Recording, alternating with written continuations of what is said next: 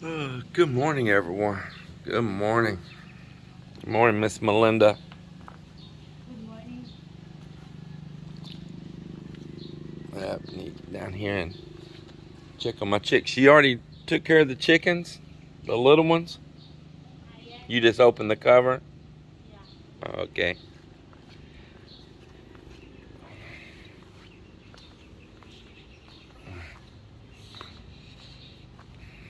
These birds are growing.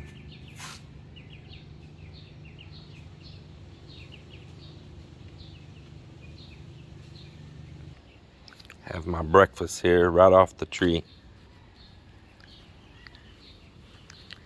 Getting less and less of them. That's life.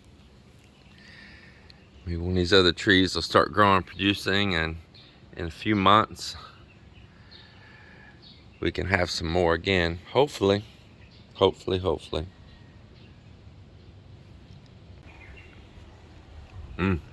It's so good. Super good.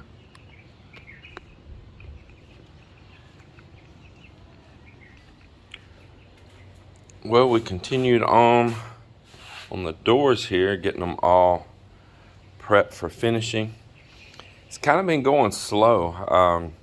I haven't been able to just be down here constantly, and I don't know. I try and be mean, but it kind of seems like that Joel might be dragging it out kind of slow. uh, yeah. Anyway, it is what it is, as they say, right? It is what it is. But I want places like that right there. Sand it on off. That's where you put a little bit of that filler and put too much.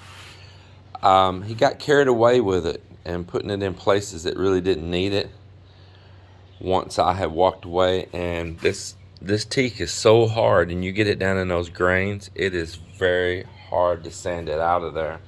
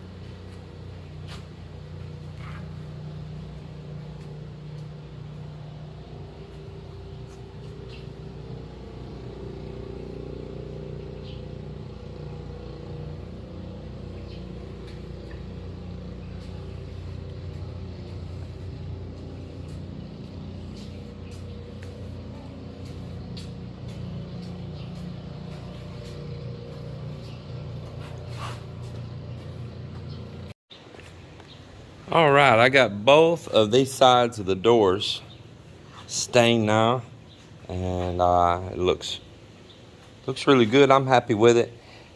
This teak wood, this is put together in pieces on here, and it's not selected from the most premium quality teak and all. You've got some that's out closer to the tree, getting it in the outer rings out closer to the bark. You've got the core of the tree. You've got different layers that have different hardness, different colors to the grain. And also here, this is a little local shop. They're not picking out the most primo that like gets exported and made for ultra fine furnitures and all. I mean, they're kind of using it all. The stuff, it's nice. It's very unique and all, and so nothing goes to waste. Like these rougher pieces and this, and a fine piece of furniture would not ever went in there. But honestly, I like them. I like it. It has a little bit of that rustic to it. Some of this is not bad staining all. This is just deep grooves and marks in the wood. And that's part of what gives it that character right there. You could about sand half the doorway, and you're going to do a lot of work doing that. To remove those, This is an extremely hard wood right here. But overall, the door looks great. I think once this sets, and I'll give it a rub down on all of that, after that stain sets up more, I'll go through and look for any blemishes and kind of rub it all down. So I think I will go ahead and flip these over later, stain the other side, and then from there I will probably go ahead and shoot the urethane on them, most likely tomorrow. I've got to go with Melinda. We got doctor's appointments today, so we won't be here for that. And Joel, he was prepping the door jambs yesterday, and these are going to need to be stained also, but they're looking very nice. I would probably like to see that filled with wood filler right there, and a little spot right there, and there I like to see that filled. These over here too, I'll talk to him about them when he gets here. I'd be happy to get the doors back on these rooms, all of them, including on the CR.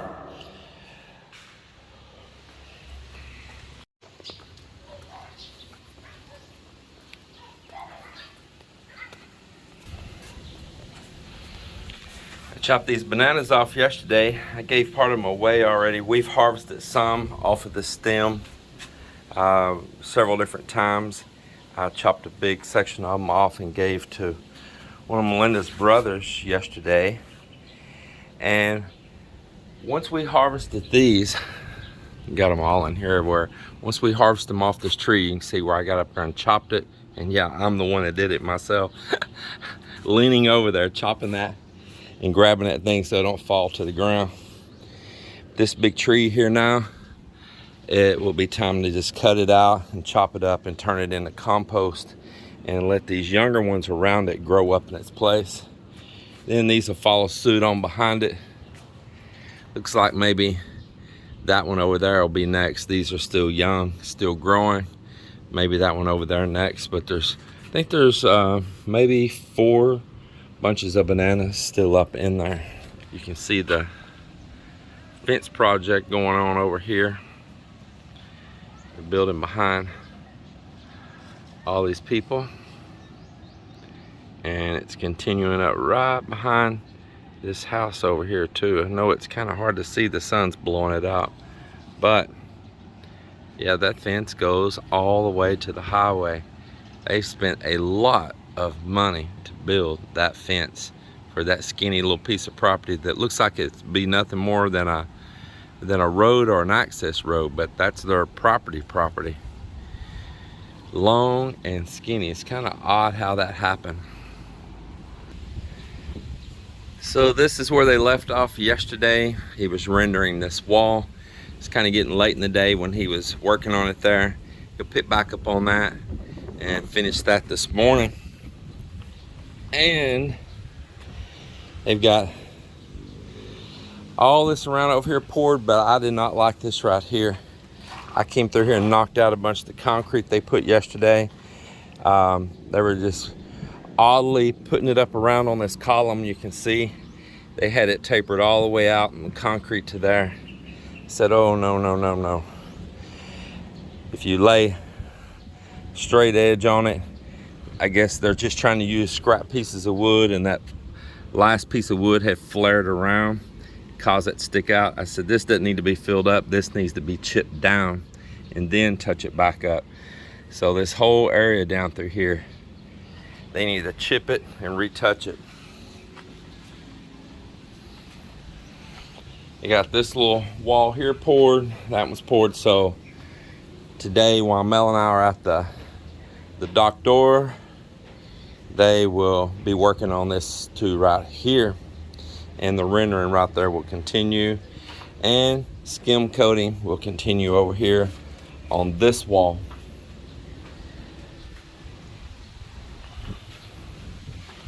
We got the staircase right here now. That's really cool. When I can be here myself to work on it, we'll finish this up. I need to take a hammer and a wood block and knock this in. It's kind of flared out on both ends there. Knock that back and flare some of these back end. It's kind of turned out like that one is too. It needs to be knocked in. It's going straight and it rolls out. Want to do those before we put concrete in them, so I go through and tidy all of that up, and then we're gonna primer it up really good, put the tile into those steps or the cement, and then we've got some scrap a tile that we're gonna put in right here. And then after that, we'll go through and do a paint job on all of it and try to see if the guys can keep a nice clean line or tape the tile off and paint all that metal there and do a really clean job. I want a clean job on it. So that's where that stands.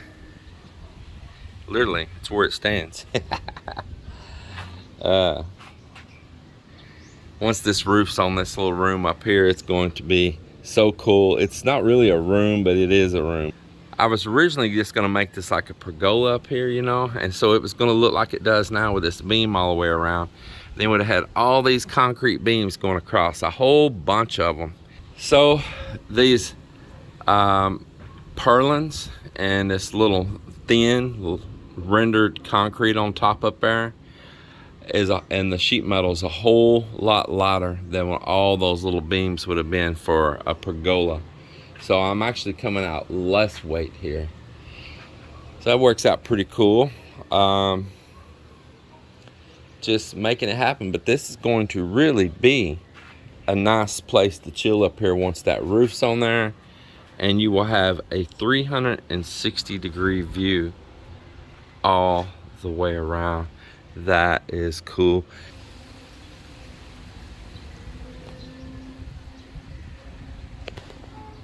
I want to tell any of you, if y'all seen us using that chicken wire up in here on the sides like he's doing that rendering, this is a stainless steel chicken wire right here. So this isn't your run-of-the-mill little cheap like galvanized or anything. This is a stainless steel chicken wire that we're putting in there, so that should hold up for a nice long time.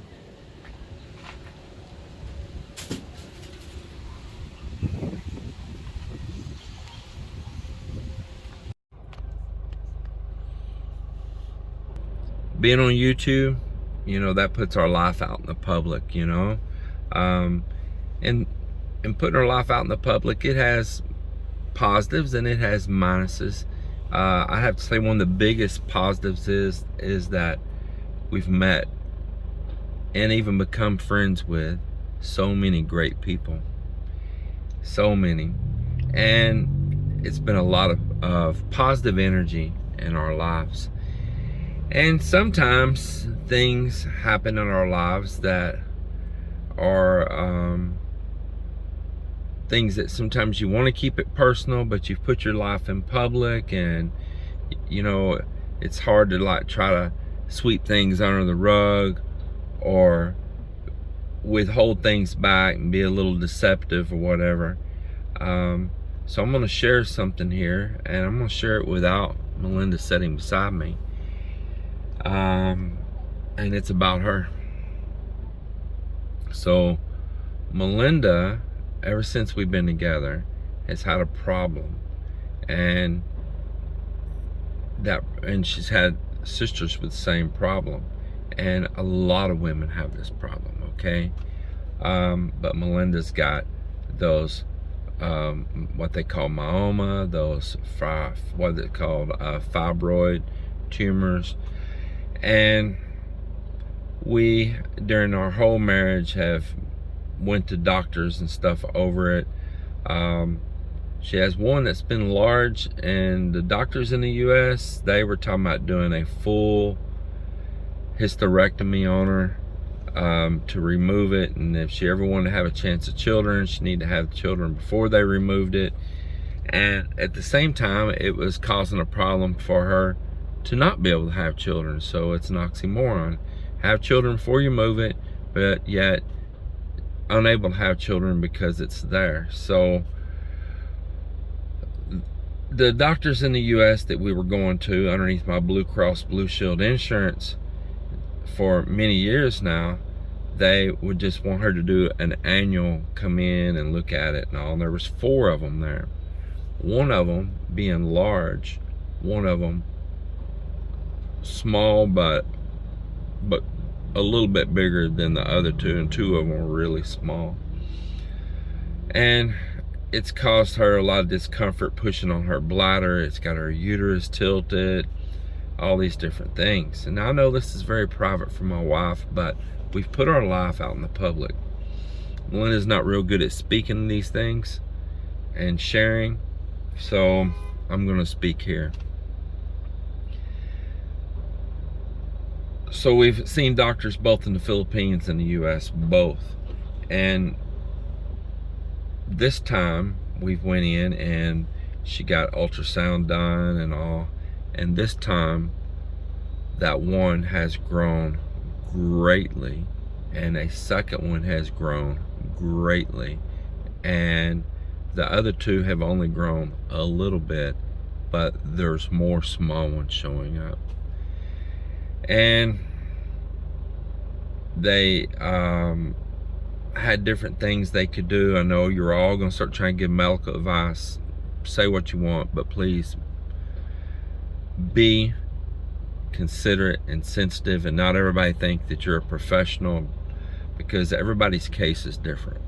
So if you're gonna give medical advice here, just give opinion but not advice. So there were some shots they could give her, but the shots carried risks themselves. The shots could shrink it down some, but it would also make, say like that large one, really kind of soft and mushy. And the doctor said it can be hard to find, you know, around the edges and get it out clean and all when you break it down soft. And there could be a whole bunch of other health problems coming from those shots. A whole bunch of side effects, some serious side effects, okay? Or he could just go direct in after it to remove all of them. And with it more firm, you got a little bit more where you're knowing exactly where the edges are you're working with, you know, just layman's terms, okay? And that they could do that, but no matter what, either way, it's gonna be a bloody surgery. So she's got to have a major surgery, and one of them has went all the way through her uterus and is going to the inside of her uterus, through the wall, and they're going to try to save her uterus. So they're going to stitch it up, but it's going to be a pretty major surgery. These things are huge. I'm just going to tell you, it's huge. He said he's removed bigger. Now, he also said he's done so many of these surgeries. He said he's removed larger, but hers is on the larger size that he's dealt with. Melinda is inside the hospital here right now at Quali Med. We're doing some follow-up, some pre-op appointments and getting everything lined up. We got 2 appointments here today. And on the 25th, she is going to be operated on. I think she may go in the hospital on the 24th is what they were saying.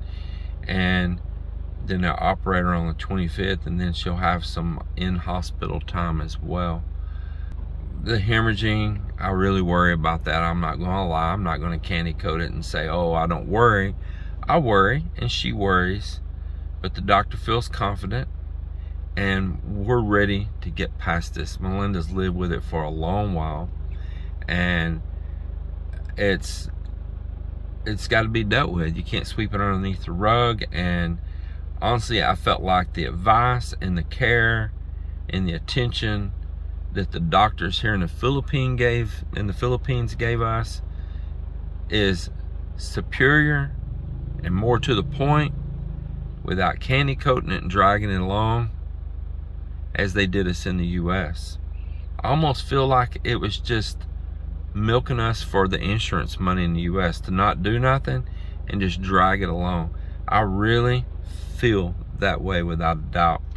I have felt like that here in Iloilo City and in the hospitals here, and there's so many hospitals here. There is a plethora of hospitals here in Iloilo City, And there's also a lot of medical schools and colleges here in Iloilo City. And I really feel that the care we've been getting here recently has been somewhat superior to the care I was getting in the U.S. or we were getting in the U.S. Where they're just dragging you out with 10 jillion appointments and bouncing you here and there and just milking you for insurance. I felt like that they should have took care of this long ago in the U.S.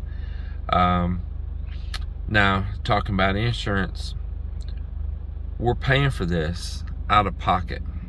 Hopefully this one surgery will fix it all, and then she's going to have some downtime.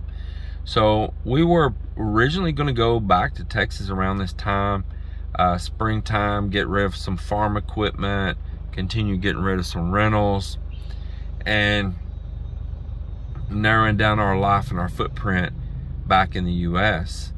But with this, everything's changed, and she's going to have a recovery time, and plus we're just not really ready to go back to Texas yet. But when we do go back to Texas, we're not going to be there for a long while, just a short while, maybe at the most a few weeks, and we'll be right back. But that's not going to happen for a while yet either. But y'all keep your hearts and prayers out for my sweet little wife. And she's nervous, but she's strong. Melinda's such a strong person, and she just wants it over with. But she's been keeping herself really busy, and I've been seeing the worry in her face. And of course, any person would be when they start talking about cutting on you, you know, and all. And she's at a crossroads. She knows she has to do something. But you all be strong for her, and you be kind in your words if you comment on this video. Melinda's an amazing person. She's a strong person. And she's so strong that one of my biggest worries is that she will not stay put and stay still to go through a proper recovery. I think she'll find out when she gets that surgery and they cut her abdomen open how that recovery is going to be. But I'll give you more details on the surgery as it goes along, as it gets closer. But you all just keep your hearts and souls and your positive energy out there going for my sweet little wife. And I just can't tell you how much we appreciate it, and we appreciate your loyalty. And we'll see you on the next one.